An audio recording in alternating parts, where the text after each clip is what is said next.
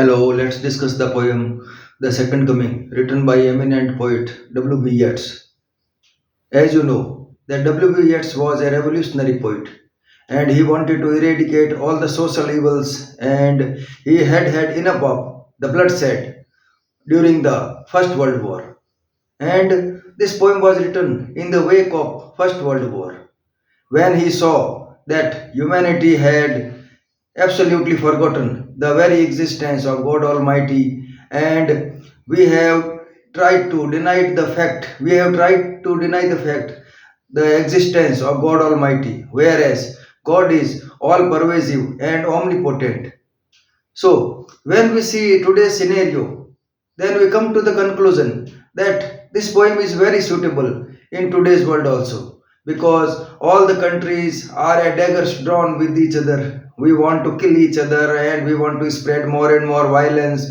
We have become absolutely impatient, impetuous, and violent.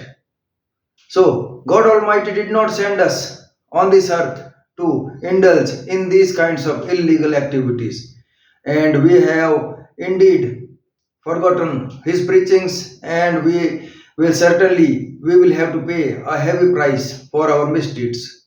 So, this poem was written in 1919, and W.B. Yeats was an Irish poet when he saw that the blood shed continuously during the First World War. He had enough of that kind of unruly situation, and he wanted to build a new society. And but he was absolutely pessimistic about the second coming because in Christian mythology it is said that after 2000 years the Jesus Christ will be reborn in this world, will be will be an advent of Jesus Christ after 2000 years. But W.B. Yeats thinks that the second coming will be of Antichrist and not of Christ. The first coming was of advent of Jesus Christ 2000 years ago. Now, seeing the unruly and chaotic situation of this world, W.B. Yeats has come to the conclusion that the world is heading towards total anarchy and total destruction. And no one will come to redeem this world. The redemption of this world from the sins is absolutely necessary. It is absolutely necessary, but nothing will happen. So, in this poem, The Second Coming, the poet here wants to tell us that the first coming was the advent of Jesus Christ, whereas the second coming will be the advent of Antichrist. It means there will be totally chaotic situations, turning and turning in the widening gyre. The falcon cannot hear the falconer. So, gyre it means spiral. Gyre means spiral. It means that gyre is spinning. It means the time is spending rapidly. Time is being spent rapidly, and gyre means spiral. Spiral is that this kind of thing which moves outwards, which moves outwards. So the poet here wants to tell us that the history is this and the situation is getting now uncontrolled. He wants to tell us that the situation is now getting absolutely uncontrolled. There is no restraint on humanity. Mankind has become absolutely violent. The falcon cannot hear the falconer. Falcon here stands for humanity, and falconer here stands for God Almighty.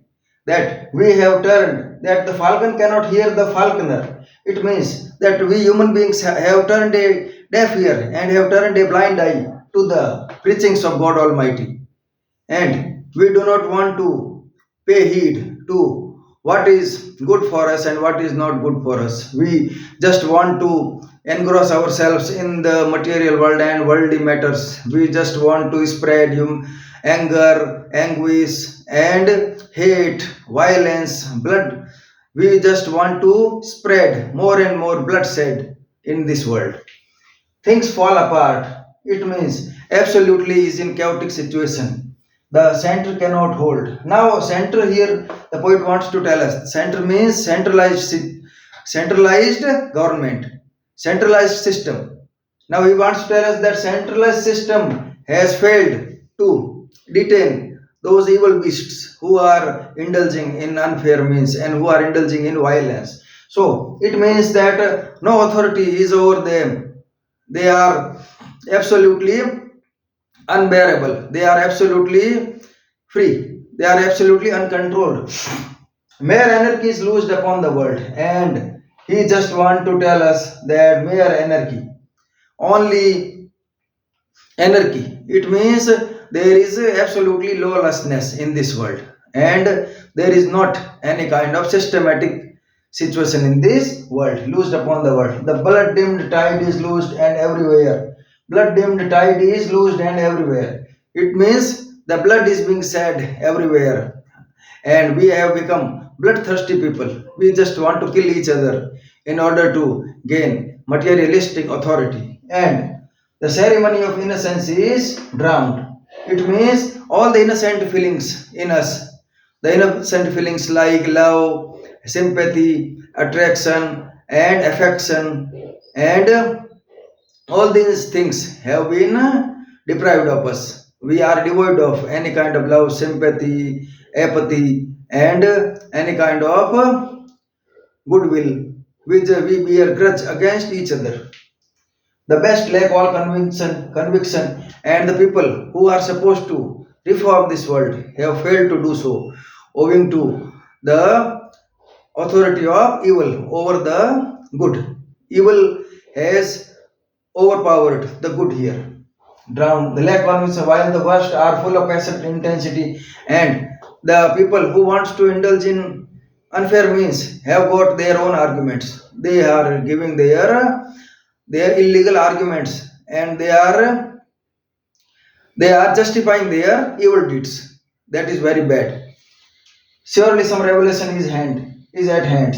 Revelation means here revelation stands for two meanings. Revelation, one meaning of revelation is rebirth of Jesus Christ. But the poet here wants to tell us that this time will not the Jesus instead of the rebirth of Jesus Christ, the Antichrist will be born at hand. Surely the second coming is at hand. The first coming was the advent of Jesus Christ, and second coming is the advent of Antichrist. It means now total anarchy is we are the world is heading towards total anarchy. We have become susceptible to blandishments, and our vulnerability towards terrorism has also been exposed. The second coming hardly are those words out. And when it talks about second coming, when a vast image out of spiritus mundi matlab spirit of this world, that the entire spirit of this world has changed. Now we have started thinking in different way. We have stopped thinking according to humanity. Humanitarian view has been lost. Or troubles my sight. Now poet is very much troubled to see. He believes in the occult. He believes in the prediction. And he also believes in astrology. He has clearly seen that the coming days will be very bad for the entire world. Hardly are those were vast image out of troubles my sight, somewhere in the sands of the desert, a shape with lion body and the head of a man. Now he just want to talk about the Sphinx, which has a lion body and head of a man. And this Sphinx is an embodiment of evil. So he just wants to tell us that the Sphinx is approaching towards us slowly. Now, when someone comes slowly towards us, that becomes very threatening for us. So, in the sense of it, head of a man, a gaze blank. Now he is looking at us, glaring at us, and pitiless. He is absolutely there is no mercy. He is absolutely ruthless, merciless. As the sun, it means we have become absolutely ruthless and merciless. He is moving slow thighs and he is moving slowly towards us. Now, this situation intensifies the suspense. The situation is more mysterious, and real shadows of the indignant desert birds, and he can see the shadow of vultures who are hovering on this lion, on this sphinx.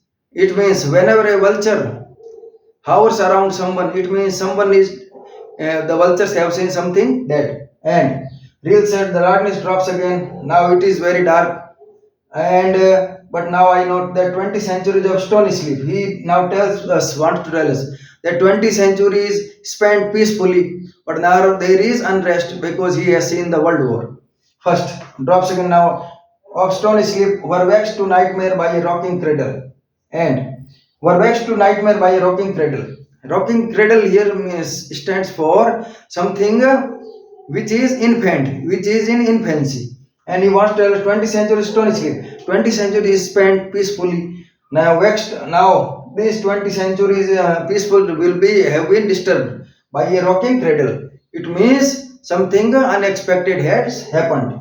And what rough beast? Its hour come round at last. And eventually the time of lawlessness has come, and anarchy will prevail everywhere. Its hour has come round, slouches towards Bethlehem to be born. Now, these are ironical lines because Jesus Christ was born in Bethlehem. Now, he just wants to tell us that the Antichrist will also born here in Bethlehem.